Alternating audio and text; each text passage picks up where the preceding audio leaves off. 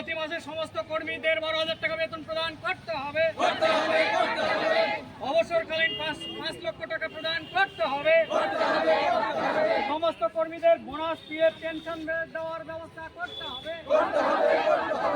Vaccine career প্রশিক্ষিত দায় linkman community health গাইডদের ভাতা বৃদ্ধির দাবিতে বিক্ষোভ ডেপুটেশন বালুরঘাটে। সরকারি স্বাস্থ্য দপ্তরের অধীনে গ্রাম্য এলাকার এই সকল স্বাস্থ্যকর্মীরা এদিন সংগ্রামী যৌথ মঞ্চের ব্যানারে জেলা শাসকের দপ্তরের সামনে ভাতা বৃদ্ধির দাবিতে বিক্ষোভ প্রদর্শন করে। পরবর্তীতে জেলা শাসকের দপ্তরে এবং জেলা মুখ্য স্বাস্থ্য আধিকারিকের দপ্তরে স্মারকলিপি জমা দেয়। বিক্ষোভকারীদের দাবি, স্বপ্ন দপ্তরের অধীনে এই সব স্বাস্থ্যকর্মীদের সঠিক বেতন পরিকাঠামো নেই। উপরন্তু দীর্ঘদিন ধরে তাদের বেতন বন্ধ রয়েছে।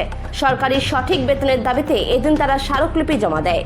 বিভিন্ন স্বাস্থ্য দপ্তরের কাজের সঙ্গে যুক্ত থাকি চিরদিন।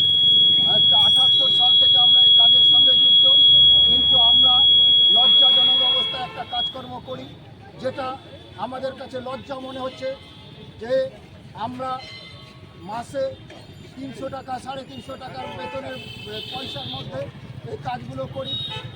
তাই আমরা আজকে জেলা মহাহর্তার কাছে এসেছিলাম আমাদের দাবি এই দাবিগুলো জানানোর জন্য। তিনি আমাদের দাবিগুলো মেনে নিয়েছেন এবং যথাযথ ব্যবস্থা করবেন এই আশা আমাদেরকে দিয়েছে।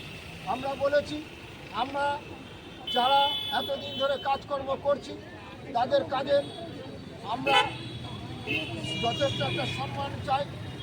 যে দাবিসমূহগুলো ছিল, আমরা সেই দাবিসমূহগুলো আমাদের নেতৃত্ব বৃন্দ আপনাদেরকে বলবেন, আপনারা সেগুলো একটু আলোকপাত করার চেষ্টা করছি।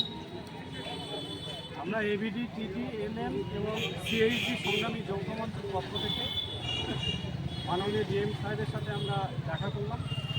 আমাদের যে মূল দাবিগুলো ছিল, এই সমস্ত স্বাস্থ্যকর্মী যারা বিভিন্ন ব্লক স্তরে স্বাস্থ্যকেন্দ্রের সাথে যুক্ত, তারা দীর্ঘদিন ধরে কেউ 25 বছর, কেউ 30 বছর, কেউ 15 বছর ধরে কাজের সাথে যুক্ত, কিন্তু তাদের কোনো নির্দিষ্ট বেতন কাঠামো নেই।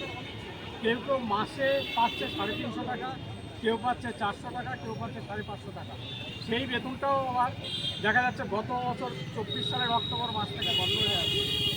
এই সমস্যাগুলো সমাধানের দাবিতে মাননীয় ডিএমের সাথে আমরা দেখা করলাম। উনি আমাদের আশ্বস্ত করলো এই সমস্ত দাবিগুলোর ভিত্তিতে যে আমরা প্রথমে যেটা দাবি করেছি যে প্রত্যেকটা কর্মীকে মাসে 12,000 টাকা দিতে হবে, অবসরকালীন 5 লক্ষ টাকা প্রদান করতে হবে। তারপরে এই সমস্ত স্বাস্থ্যকর্মীদের পোশাক, সাইকেল, মোবাইল প্রদান করতে হবে। এছাড়াও প্রতিদিন তাদেরকে ন্যূনতম 500 টাকা বেতনের মজুরি দিতে হবে।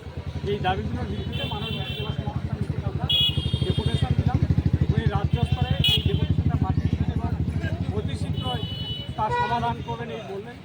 যদি এটা সমাধান না হয় তাহলে এই সমস্ত সদস্যরা আরও দীর্ঘতর লড়াই আন্দোলনের মধ্যে যুক্ত হবে। আপনার নাম? আমার নাম বীরেন মহন্ত, এই সংগ্রামী যৌথ মঞ্চের আমি উপদেষ্টা।